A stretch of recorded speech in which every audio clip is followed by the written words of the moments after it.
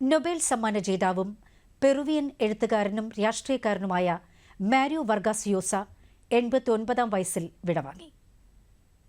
Latin American സാഹിത്യത്തിലെ സുവർണയുഗത്തിന്റെ അന്ത്യം എന്നാണ് യോസയുടെ മരണത്തെ വിശേഷിപ്പിച്ചത്. സാഹിത്യത്തിനുള്ള നൊബേൽ പുരസ്കാരം ഉൾപ്പെടെ അനവധി അന്തർദേശീയ അവാർഡുകൾ യോസയ്ക്ക് ലഭിച്ചിട്ടുണ്ട്. പെറുവിലെ ജനങ്ങളുടെ ജീവിതമാണ് എഴുതിയതെങ്കിലും അതെല്ലാ മനുഷ്യരുടെയും ആശയുടെയും നിരാശയുടെയും വേദനയുടെയും അമർഷത്തിന്റെയും മരണത്തിന്റെയും കഥയാക്കി മാറ്റാൻ യോസയ്ക്ക് കഴിഞ്ഞു. ലോകസാഹിത്യത്തിൽ തരംഗമായിരുന്നു ലാറ്റിൻ അമേരിക്കൻ ബൂമെന്ന മുന്നേറ്റം. തെക്കേ അമേരിക്കൻ ഭൂഖണ്ഡത്തിലെ എഴുത്തുകാരെ രാജ്യാന്തര പ്രശസ്തിയിലേക്ക് ഉയർത്തിയത് ഈ തരംഗത്തിലൂടെയായിരുന്നു. ആ സാഹിത്യ മുന്നേറ്റത്തിലെ അവസാന അംഗമായിരുന്ന മരിയോ വർഗാസ് യോസയും വിടവാങ്ങി. എന്നും തെക്കേ അമേരിക്കയുടെ രാഷ്ട്രീയ അന്തരീക്ഷം ആശങ്കകളും ഭയവും നിറഞ്ഞതായിരുന്നു. അമേരിക്കൻ ഭരണകൂടത്തിന്റെ മേൽക്കോയ്മ, അമേരിക്കയുടെ ഇംഗിതങ്ങൾക്ക് വഴങ്ങുന്ന ഭരണകൂടങ്ങളെ വാഴിക്കൽ, ദാരിദ്ര്യം, ലഹരി മാഫിയകൾ, ഭീകരപ്രസ്ഥാനങ്ങൾ, മനുഷ്യപ്പറ്റില്ലാത്ത ഭരണാധികാരികൾ ഇതെല്ലാം അവിടങ്ങളിലെ സാഹിത്യകാരന്മാരെയും വല്ലാതെ സ്വാധീനിച്ചിരുന്നു. വിയോജിപ്പുകളെക്കുറിച്ച് എഴുതിയവരെ ഭരണകൂടങ്ങൾ വേട്ടയാടിയപ്പോൾ അവർ ലോകത്തിന്റെ പലയിടങ്ങളിലേക്ക് ചേക്കേറി. അവിടെയിരുന്ന് തെക്കേ അമേരിക്കയുടെ ജീവിതങ്ങൾ പകർത്തിയെഴുതി. അതുപക്ഷേ ദുരന്തങ്ങൾ പേറുന്ന എല്ലാ മനുഷ്യരുടെയും അനുഭവമായി മാറി. പെറുവിൽ ജനിച്ച യോസയ്ക്കും ജന്മനാടിനെ ഉപേക്ഷിക്കേണ്ടി വന്നു. കുടുംബ പ്രശ്നങ്ങളും അതിനു കാരണമാണ്. പല ദേശങ്ങളിൽ, പല സംസ്കാരങ്ങളിൽ അദ്ദേഹം ജീവിച്ചു. എല്ലാ ജീവിതങ്ങൾക്കും സഹനത്തിന്റെ സമാനതയുണ്ടെന്നും എല്ലാ ഭരണാധികാരികളുടെയും ഉള്ളിൽ അധികാരഭ്രാന്തുണ്ടെന്നും അദ്ദേഹം എഴുതി. അതുകൊണ്ടാണ് പെറുവിനു പുറമെ ബ്രസീലിലും അയർലൻഡിലും കോങ്കോയിലും ഏഷ്യയിലും യോസയുടെ കൃതികൾക്ക് സ്വീകാര്യത ലഭിച്ചത്. അധികാരവും രതിയും യോസയുടെ കൃതികളുടെ പ്രത്യേകതയാണ്. പ്രമേയങ്ങളിൽ പലതിലും സ്വന്തം ജീവിതവും സാഹിത്യകാരൻ പകർന്നിടുന്നുണ്ട്. ഇവയിലെല്ലാം അതിരില്ലാത്ത ലൈംഗികതയിലൂടെ യോസ കടന്നുപോകുന്നുണ്ട്. In praise of the stepmother, the notebooks of Don Rigoberto, aunt Julia and the scriptwriter തുടങ്ങിയ കൃതികളിലെല്ലാം യോസയുടെ ആത്മാംശം ശക്തമാണ്. പക്ഷേ യോസ എന്ന എഴുത്തുകാരനെ ലോക സാഹിത്യത്തിന്റെ സിംഹാസനത്തിലിരുത്തുന്നത് അദ്ദേഹത്തിന്റെ രാഷ്ട്രീയ നോവലുകളാണ്.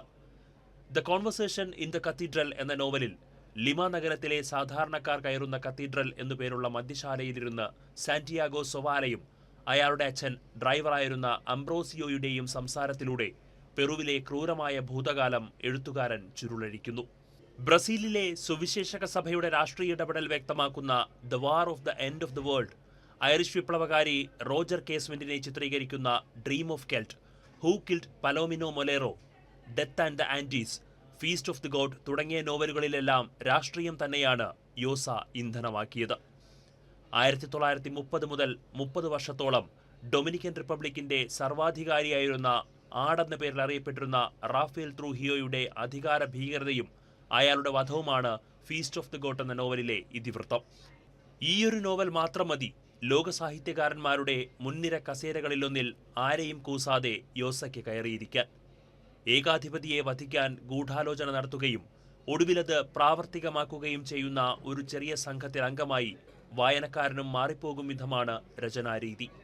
അയഹാന്ദ്രോ മാത്ത എന്ന വിപ്ലവകാരുടെ ജീവിത ദുരന്തം പറയുന്ന നോവലാണ് ദ റിയൽ ലൈഫ് ഓഫ് അയഹാന്ദ്രോ മായ്ത്ത. പെറുവിലെ ഭരണകൂടത്തിനെതിരെ വിപ്ലവം നയിക്കുന്ന മായ്ത്ത തടവിലടയ്ക്കപ്പെടുന്നു.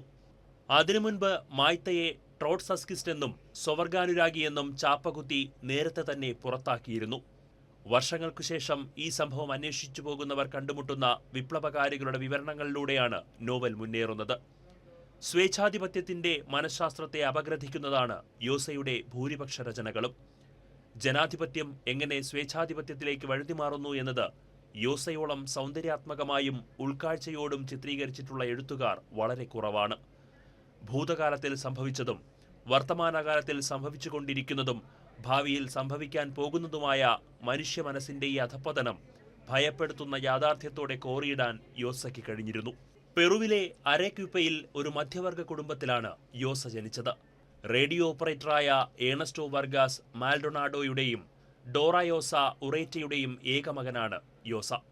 മാതാപിതാക്കൾ വിവാഹമോചനം നേടിയതോടെ യോസ അമ്മയ്ക്കൊപ്പം ബൊളീവിയയിലേക്ക് താമസം മാറി.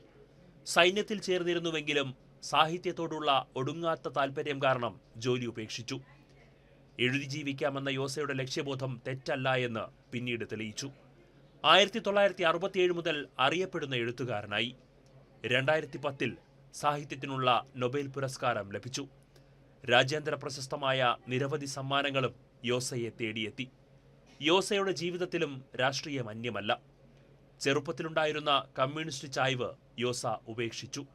പിന്നീട് സാമ്പത്തിക പ്രശ്നങ്ങളിൽ നിന്നും മാർക്സിസ്റ്റ് കലാപത്തിൽ നിന്നും രാജ്യത്തെ രക്ഷിക്കണമെന്ന ആഹ്വാനവുമായി അദ്ദേഹം പെറുവിലെ പ്രസിഡന്റ് തെരഞ്ഞെടുപ്പിൽ 1990 മത്സരിച്ചു പരാജയപ്പെടുകയുണ്ടായി.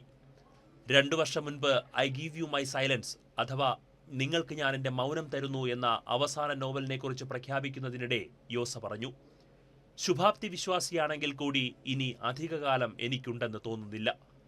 ലോകമെങ്ങുമുള്ള സാഹിത്യപ്രേമികൾ മാരിയോ വർഗാസ് യോസയുടെ പുതിയ നോവലിനായി കാത്തിരിക്കുന്നതിനിടെയാണ് അദ്ദേഹം നിത്യമൗനത്തിലേക്ക് പടിയിറങ്ങിപ്പോയത്.